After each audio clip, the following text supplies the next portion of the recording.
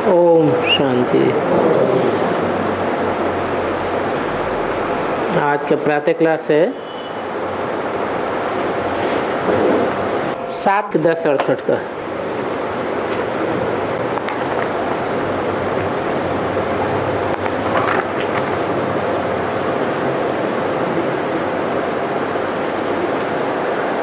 ऊंचे से ऊंचा बाप याद है? अच्छा, विश्व की बादशाही याद है?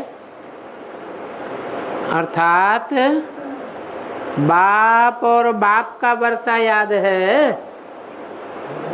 ये सावधान किया जाता है। ऐसे और कोई कब सत्संगों में कहते नहीं है।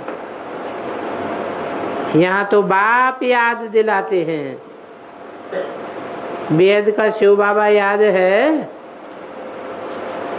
बर्थ राइट, विश्व की बादशाही याद है? क्योंकि बच्चा जन्म लेता है और बाप के वर्षे का अधिकारी बन जाता है।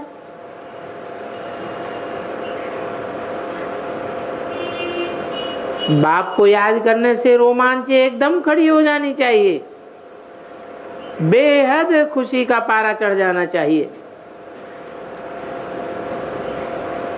गायन भी है, बाप से 1 सेकंड में वर्षा मिलता है। वर्षा अर्थात मुक्ति और जीवन मुक्ति। और तो सभी है जीवन बंध में। एक ही त्रिमूर्ति गोले वाला चित्र जो है, समझाने के लिए बस यही मुख्य है। और ये चित्र बहुत बड़े से बड़ा होना चाहिए। जो अंधों की औलाद, अंधों की आंखें खुलें तो अंधों के लिए बड़ा चित्र चाहिए, जो अच्छी तरह से देख सकें। क्योंकि अभी सभी की नजर कम हो गई है, बुद्धि कम है। बुद्धि तीसरे नेत्र को कहा जाता है। तुम बच्चों की बुद्धि अभी खुली हुई है। खुशी में जिनके रोमांच खड़े नहीं होते हैं, गोया शिव बाबा को याद ही नहीं करते हैं, तो कहेंगे ज्ञान का तीसरा नेत्र थोड़ा खुला है या झुंझार है। बाप कहते हैं कोई को भी शार्ट में ये समझाना है। बड़े बड़े मेले आदि लगते हैं, उन मेलों में बच्चे जाते हैं सर्विस करने के लिए। वास्तव में ये एक ही त्रिमूर्ति का चित्र, गोले का चित्र काफी है। परंतु 2 चित्र भी हों तो भी हर्जा नहीं है। बाप का जिसमें ड्रामा दिया हुआ है और झाड़ का चित्र अर्थात कल्प वृक्ष का चित्र, उसमें भी 84 के चक्र का राज समझा सकते हैं। ब्रह्मा द्वारा बाप का ये वर्षा मिलता है। ये अच्छी रीत क्लियर है। ये चित्र तो बहुत बड़ा, जो अभी है इससे भी 4 गुना चाहिए। ऐसी युक्ति से फोल्डिंग चित्र बनाना चाहिए। बाबा की मुरली बाहर वाले भी सुनेंगे और बच्चे भी सुनेंगे, तो ख्याल जरूर चलेगा ऐसा बड़ा फोल्डिंग चित्र हो। ऐसी अकल बच्चों में आनी चाहिए। बाप जिस बात के लिए समझाते हैं वो जरूर अकल में आना चाहिए। इस झाड़ के चित्र में सभी आ जाता है, और इतने सभी चित्रों की दरकार ही नहीं है। और ये चित्र बहुत बड़े बड़े अक्षरों में होने चाहिए, लिखत भी लिखी हुई हो। जीवन मुक्ति गॉड फादरली बर्थ राइट है। ये गॉड फादरली बर्थ राइट होवनहार विनाश से पहले ले सकते हो। ये विनाश तो जरूर होना है। ड्रामा के प्लान अनुसार आप ही समझ जाएंगे। आगे चल करके तुम्हारे समझाने की भी दरकार नहीं रहेगी। समझेंगे बेहद के बाप से बेहद का हमको ये वर्षा मिलता है, तो ये बिल्कुल ही पक्का याद रहना चाहिए। परंतु माया तुमसे भी भुलाई देती है। ये समय बीतता जाता है। गायन भी है, बहुत गई थोड़ी रही, थोड़ी की भी थोड़ी रही। वास्तव में भक्ति मार्ग में तो सिर्फ गाते हैं। इसका असली अर्थ तो इस समय लगता है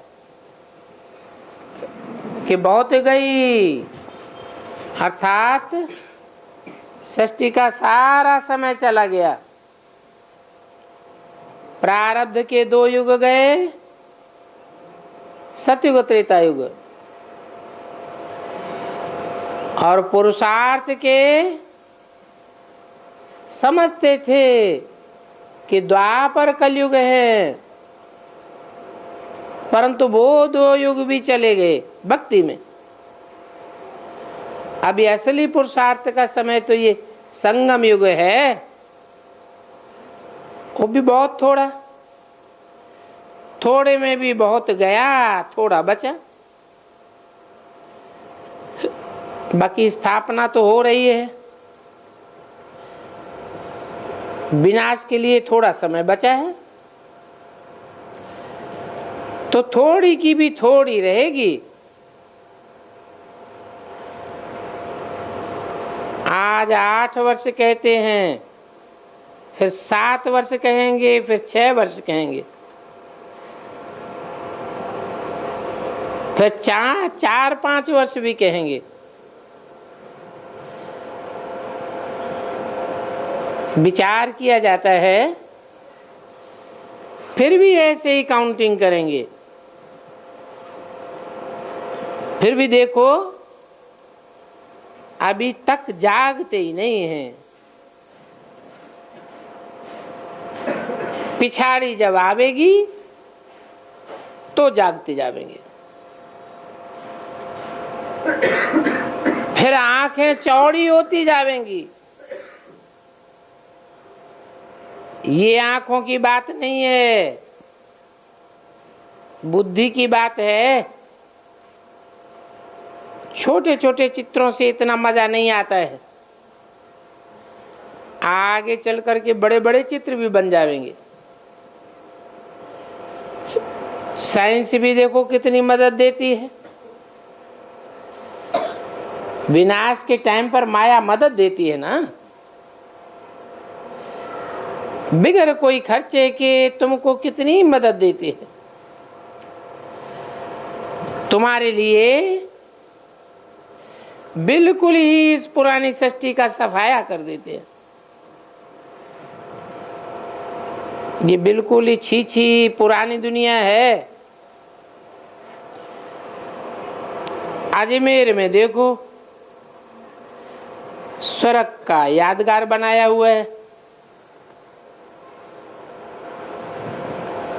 है तो मॉडल। कहाँ का यादगार है?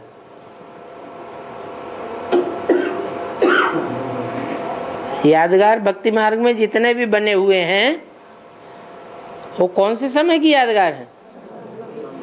तो संगम युग में कौन सा समय हुआ जहाँ की यादगार अजमेर में स्वर्ग का मॉडल बनाया हुआ है? कराची में मॉडल बना। कौन से सन में बना? 47 में बना। और बनाने के निमित्त कौन बना? ब्रह्मा। तो उसका यादगार अजमेर में क्यों बनाया है?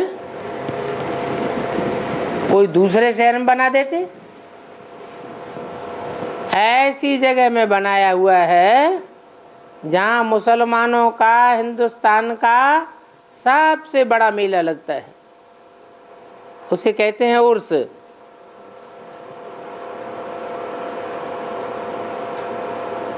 अजमेर नाम रखा है। क्या नाम का आधार क्या होता है? काम आधार होता है। अजा किसको कहा जाता है? अजा बकरी को कहा जाता है।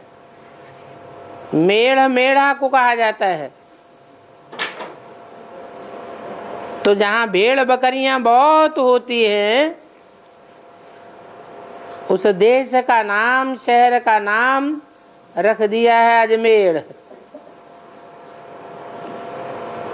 ये भेड़ बकरियों से मिसाल क्यों दी है? इनकी क्या खासियत होती है? एक भेड़ या बकरी जहां भी जाएगी पीछे पीछे सारी बकरियों का, भेड़ों का झुंड चला जाएगा।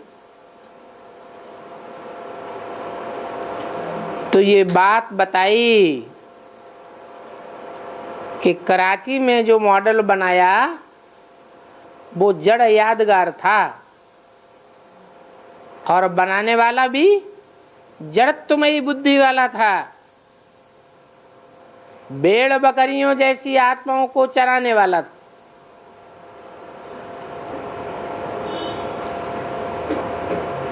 उन भेड़ बकरियों में जो अपने को ज्यादा होशियार समझती थी वो आगे आगे चलती, पीछे पीछे सारा झाड़ जाता।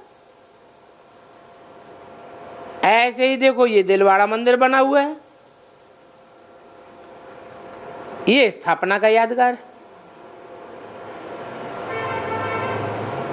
तुमने तपस्या की है तो यहां यादगार बना हुआ है।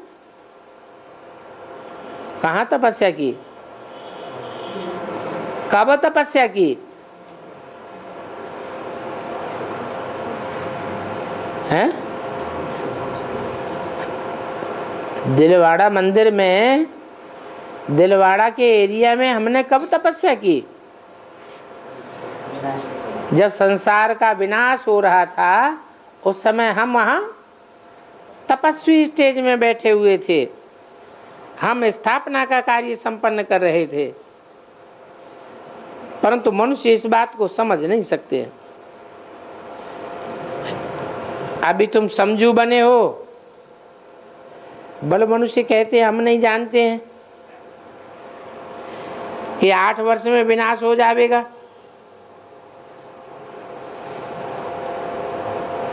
लोग कहते हैं हमको समझ में नहीं आता है। तो समझने की क्या बात है?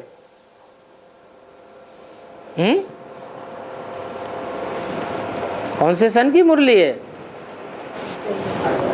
68 की मुरली है, 10वें महीने की। 68 के बाद 8 वर्ष और जोड़ दे तो कौन सा वर्ष आता है? 76 आता है। और 76 के लिए ही घोषणा की थी 66 में, 66 में घोषणा कराई थी कि पुरानी दुनिया का विनाश हो जाएगा, नई दुनिया आ जाएगी और लक्ष्मी नारायण का जन्म हो जाएगा।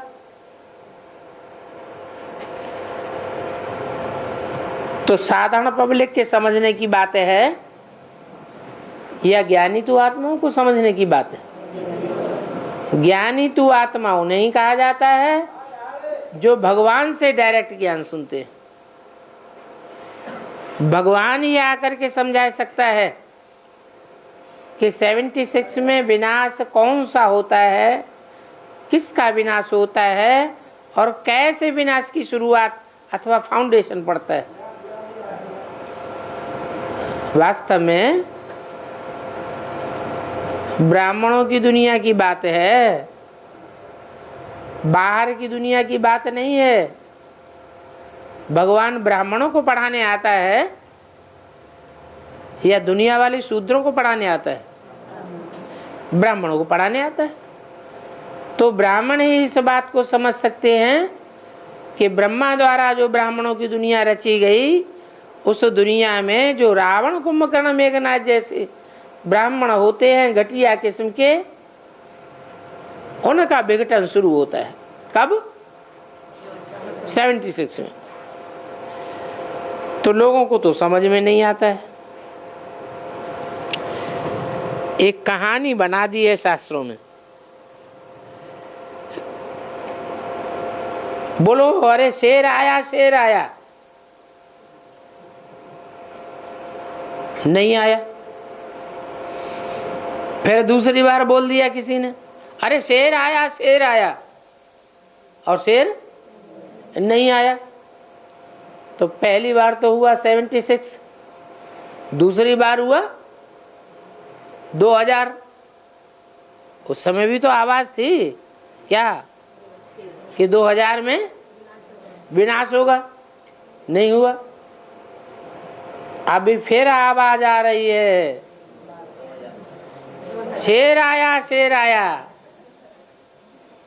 और तीसरी बार में वाकई आ गया। तो लोग मानते नहीं थे। आखिर एक दिन शेर आकर के सारी गैयों को खा गया।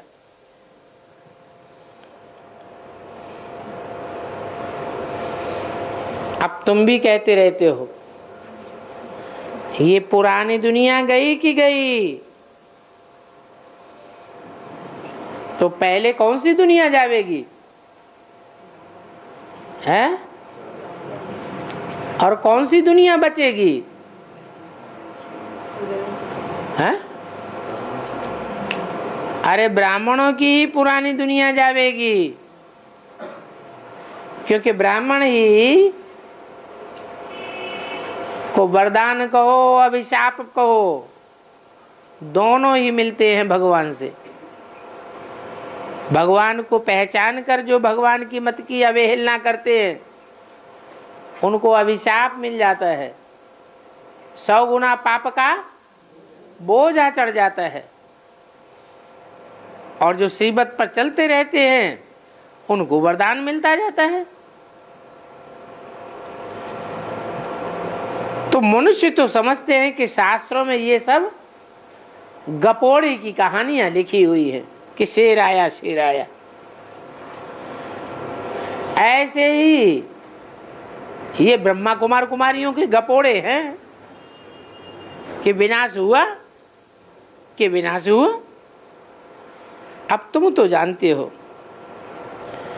कि ये दुनिया गई कि गई। बहुत समय गया, बाकी थोड़ा समय रहा हुआ है। तो तुम्हारी बुद्धि में सारी नॉलेज रहनी चाहिए, और नॉलेज को आत्मा ही धारण करती है। बाप की आत्मा में भी ज्ञान है। बाप भी जब धारण करते हैं तब देते हैं। क्या क्या देते हैं? ज्ञान। कौन से बाप? कौन से बाप की बात है कि जब धारण करते हैं तब देते हैं? साकार बाप, मनुष्य सृष्टि का बाप पहले खुद धारण करे, तब दूसरों को देवे। बाकी निराकारी बाप तो सदैव नॉलेजफुल ही है, उसको धारण करने की बात है ही नहीं। तो जरूर कहेंगे नॉलेज है, तब तो नॉलेजफुल गॉड फादर कहा जाता है। सारी सृष्टि के आदि मध्य अंत को जानते हैं। और तुम भी अपन को तो जानते हो ना, और सारी सृष्टि का चक्र कैसे फिरता है वो भी नॉलेज है। इसलिए अंग्रेजी में नॉलेजफुल अक्षर बहुत अच्छा है। मनुष्य सृष्टि रूपी झाड़ का वो बीज रूप है। कौन है? सारी मनुष्य सृष्टि का जो पिता है वो मनुष्य सृष्टि रूपी झाड़ का बीज रूप है, तो उनको नॉलेजफुल कहते हैं।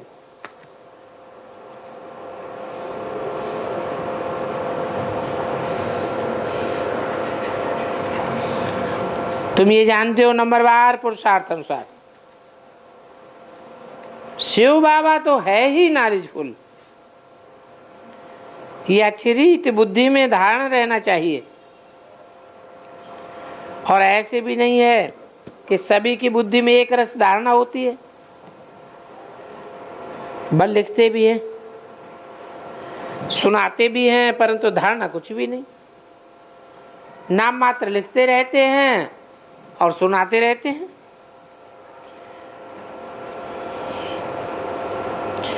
किसको भी गहराई से समझा नहीं सकेंगे, सिर्फ कागज को बताते हैं। अब कागज क्या करेगा? कागज से तो कोई नहीं समझेगा। 7/10/68 की वाणी का दूसरा पेज। इस झाड़ के चित्र से बहुत अच्छा समझेंगे। ये बड़ी तिहाड़ी नॉलेज है, तो अक्षर भी बहुत बड़े से बड़े होने चाहिए। बड़े बड़ी चीज देख करके मनुष्य समझेंगे इनमें जरूर कुछ सार है। स्थापना और विनाश का भी लिखा हुआ है। राजधानी की स्थापना, इसको कहेंगे गॉड फादरली बर्थ राइट। हर एक बच्चे का हक है जीवन मुक्ति पाने का। सारी सृष्टि इस समय जीवन बंध में है। पहले शांति धाम में जावेंगे, फिर सभी कहाँ आवेंगे? सुखधाम में आवेंगे। सभी आवेंगे हैं? नंबरवार आवेंगे, सब नहीं आवेंगे। अरे मनुष्य सृष्टि रूपी झाड़ में जो भी पत्ते रूपी मनुष्य आत्माएं हैं वो सभी सुखधाम में आवेंगे या नहीं आवेंगे? सब सुखधाम में आवेंगे। कोई को 21 जन्म के लिए सुखधाम की अनुभूति होगी, कोई को 1 जन्म की होगी। तो सुखधाम को जीवन मुक्ति कहेंगे। तो बच्चों की बुद्धि चलनी चाहिए। ये खास 2 चित्र हैं जो बड़े बड़े होने चाहिए। कौन कौन से? त्रिमूर्ति गोला और झाड़। बड़ा चित्र बनाने में अगर बीच में जोड़ पड़ जावे, जोड़ दिखाई भी पड़ता हो तो भी कोई हर्ज नहीं, क्योंकि मुख्य चित्र है ना। बहुत बड़े बड़े अक्षर हों तो मनुष्य समझेंगे कि ब्रह्मा कुमारियों ने इतने बड़े बड़े चित्र बनवाए। जरूर इन चित्रों में कुछ नॉलेज है। हम अंधों को दिखाने के लिए इतने बड़े बड़े चित्र आदि बनाते। मनुष्यों को देखना है दिन में, रात में भी अगर किसी को दिखाना है तो बगल में लाइट रख करके दिखा सकते हैं। सीट के ऊपर पेंटिंग अच्छी होती है। जो नाटक वाले होते हैं कितने बड़े बड़े अक्षर आदि बनाते हैं। बड़े बड़े अक्षरों में चित्र छपावेंगे। वो कोई चित्र खराब थोड़े ही होते हैं, 2-3 वर्ष चलते हैं फिर नया बनाते हैं। तो जहां तहां तुम्हारे ये बड़े बड़े चित्र लगे हुए होंगे तो पूछेंगे ये क्या है?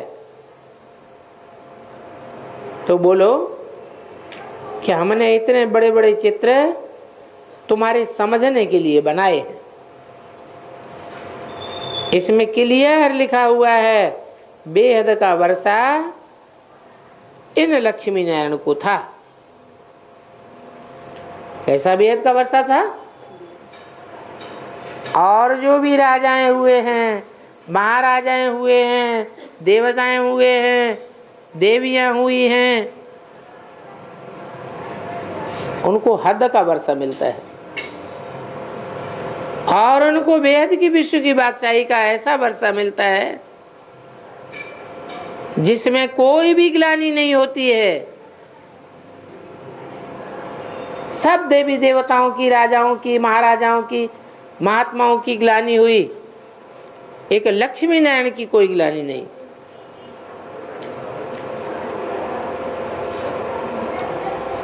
ये कल की बात है, आज वो लक्ष्मी नारायण नहीं है। क्योंकि 84 पुनर्जन्म लेते लेते नीचे आ गए,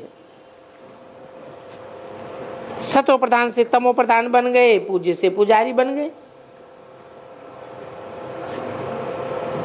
ये ज्ञान और भक्ति का प्रभाव है।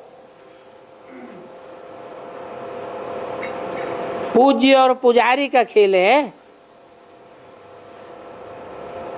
आधा आधा में पूरा खेल बना हुआ है। तो ऐसे बड़े बड़े चित्र बनाने की हिम्मत चाहिए। जो फिर सर्विस के शौकीन बच्चे हैं, उन बच्चों के एक एक के चार्ज में देते जावे। दिल्ली में तो कोने कोने में सर्विस करनी है। मेले मलाखड़े में ये चित्र ले जाने चाहिए।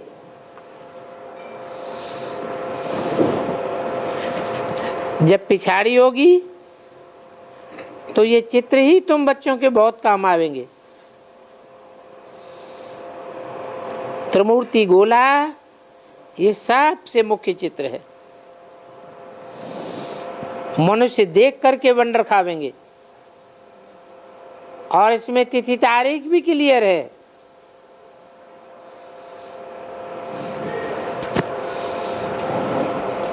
नई दुनिया कब आती है, नई दुनिया खलास कब होती है, पुरानी दुनिया कब से शुरू होती है, और धर्मों की आने की तिथि तारीख क्या है। तो बड़े बड़े चित्र होंगे तो इसमें जगह भी बड़ी होगी, अक्षर भी बहुत आ सकते हैं। फिर तो तुम्हारी सर्विस बहुत बढ़ जाएगी। ये चित्र बहुत अच्छी चीज है। अंधों के आगे जैसे कि आईना है, अंधों को भी पढ़ाया जाता है। अब पढ़ती तो आत्मा है ना, परंतु आत्मा के आर्गन्स छोटे हैं तो उनको पढ़ाने के लिए चित्र आदि दिखाए जाते हैं। फिर थोड़े थोड़े बड़े होते हैं तो दुनिया का नक्शा दिखाते हैं।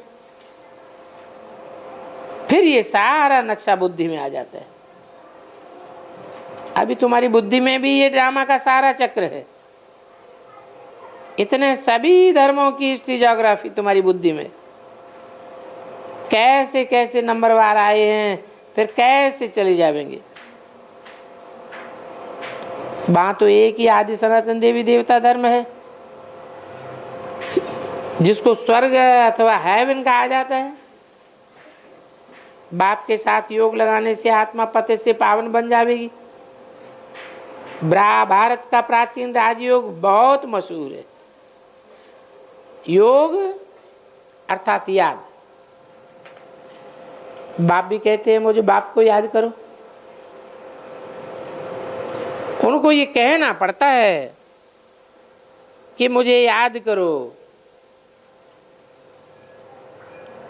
नहीं तो लौकिक दुनिया में बच्चे तो ऑटोमेटिक मम्मा बाबा कहते रहते हैं। वो लौकिक माता पिता है, ये है पारलौकिक। इस पारलौकिक बाप का ही गायन है। तुम्हारी कृपा से घर सुख घनेरे, जिनको दुख है वो ही गाते हैं,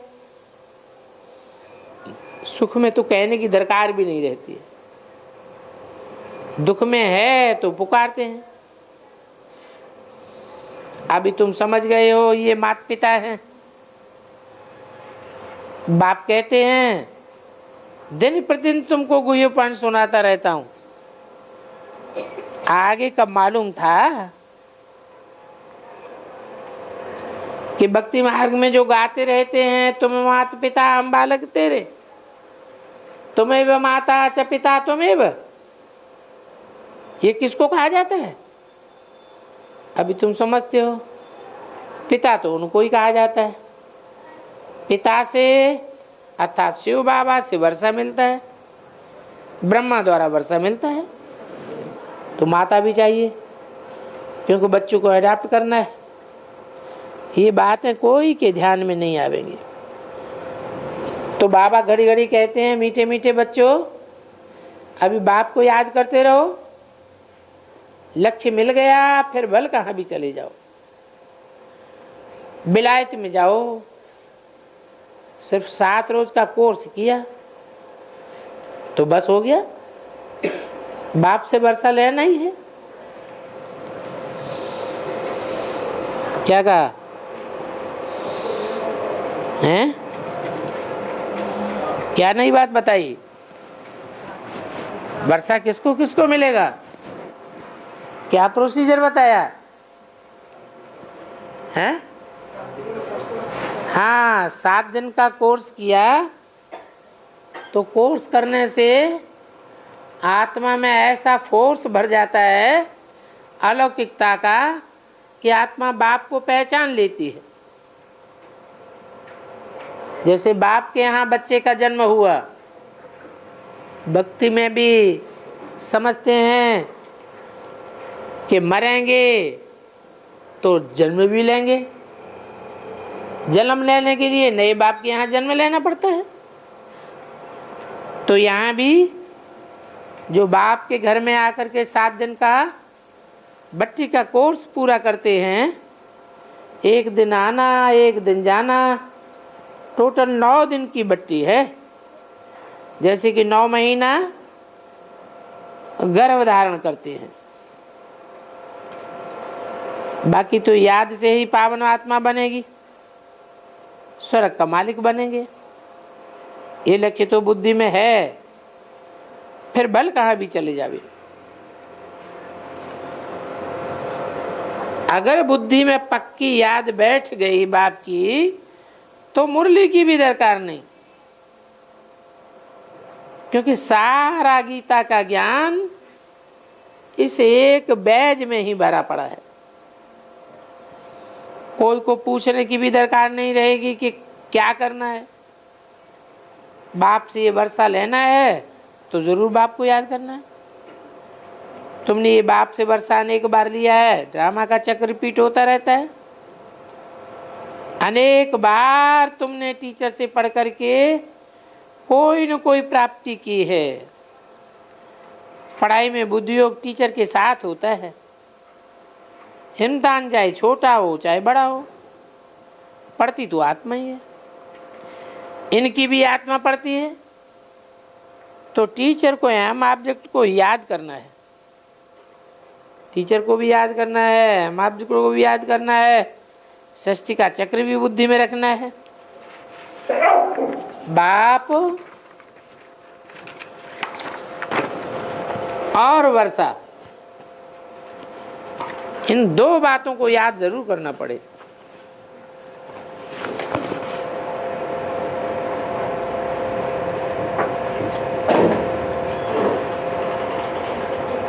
सात 10-68 की वाणी का 3रा पेज। दैवी गुण भी धारण करने हैं, जितना धारणा करेंगे उतना उच्च पद पावेंगे। अच्छी रीति याद करते रहते हैं, फिर तो यहाँ आने की दरकार ही नहीं रहती। परंतु फिर भी ठीक है, ऐसा बाप जिससे बेहद का वर्षा मिलता है उनसे मिलकर तो आवे। मंत्र लेकर सभी जाते हैं, तो तुमको तो बहुत भारी मिल जाता है। नॉलेज तो बहुत अच्छी रीति है बुद्धि में। अभी समझते हो जास्ती टाइम वेस्ट नहीं करना है, विनाशी कमाई के पिछाड़ी जास्ती टाइम क्यों वेस्ट करें। पैसा तो किसी के पास रहेगा नहीं, वो तो सभी मिट्टी में मिल जाएगा। बाप को भी कुछ चाहिए नहीं, कुछ भी खर्चा आदि करते हैं वो भी अपने लिए करते हो, इसमें पाई पैसे का भी खर्चा नहीं है। कोई गोली व टैक्स आदि तो खरीद नहीं करना है, कुछ भी नहीं।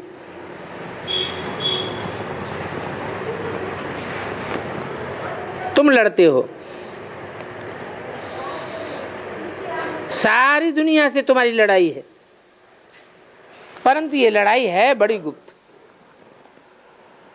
वो तो सभी खत्म हो जाएंगे, तुम्हारी जीत हो जाएगी। तो देखो तुम्हारी लड़ाई भी कैसी है। इसको कहा जाता है योग बल की लड़ाई।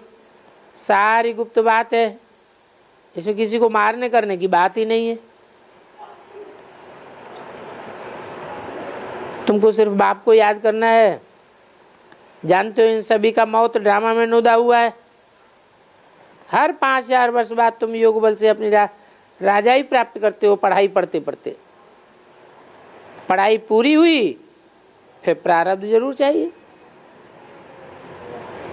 पुरानी दुनिया के विनाश के लिए ये नेचुरल कैलेमिटीज हैं।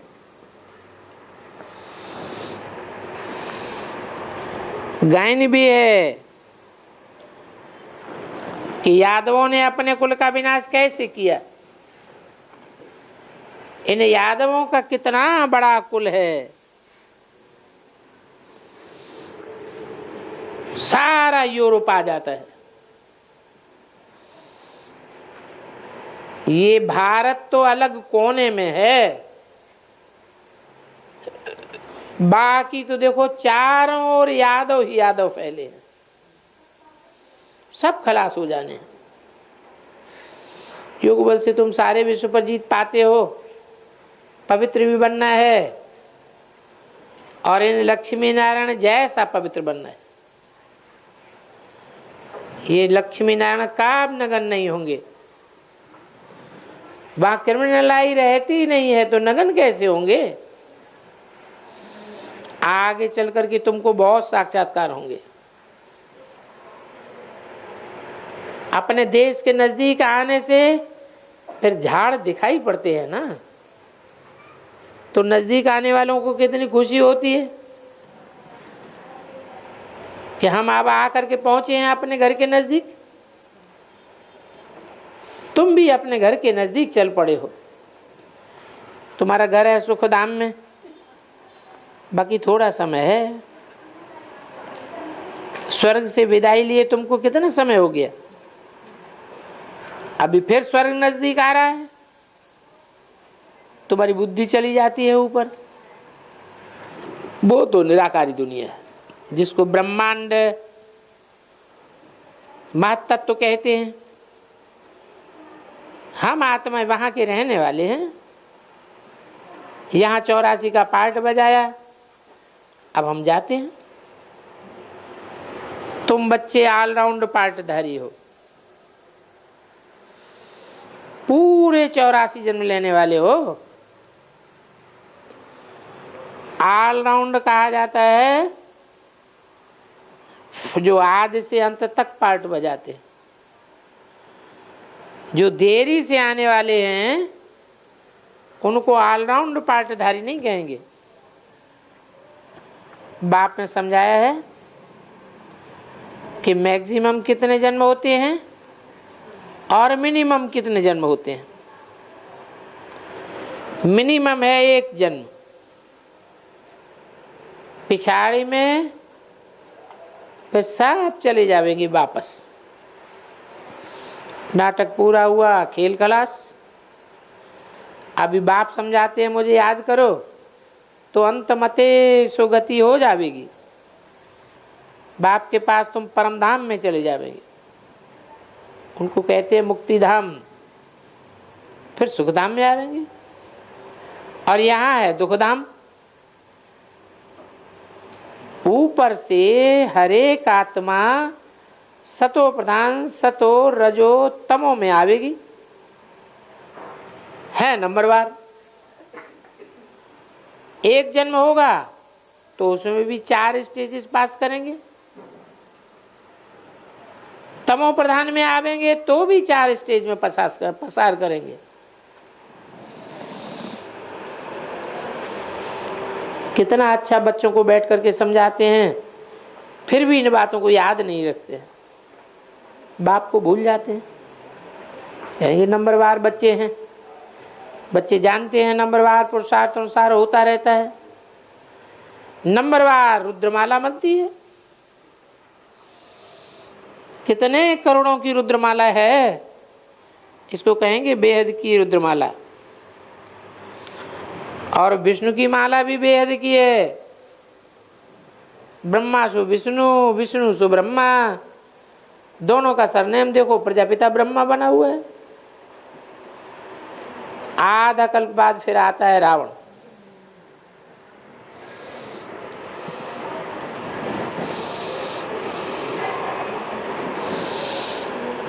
उसको कहते हैं डीटीइज्म के बाद इस्लामिज्म बौद्धिज्म आज। आदम बीवी को सभी याद करते हैं और पैराडाइज को भी सभी धर्म वाले याद करते हैं। भारत पैराडाइज स्वर्ग था तो बच्चों को तो बहुत खुशी होनी चाहिए।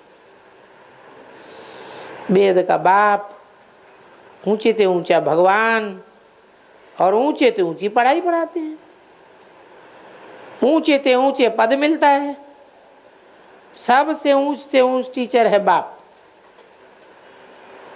टीचर भी है, फिर साथ में ले जाने वाला भी है।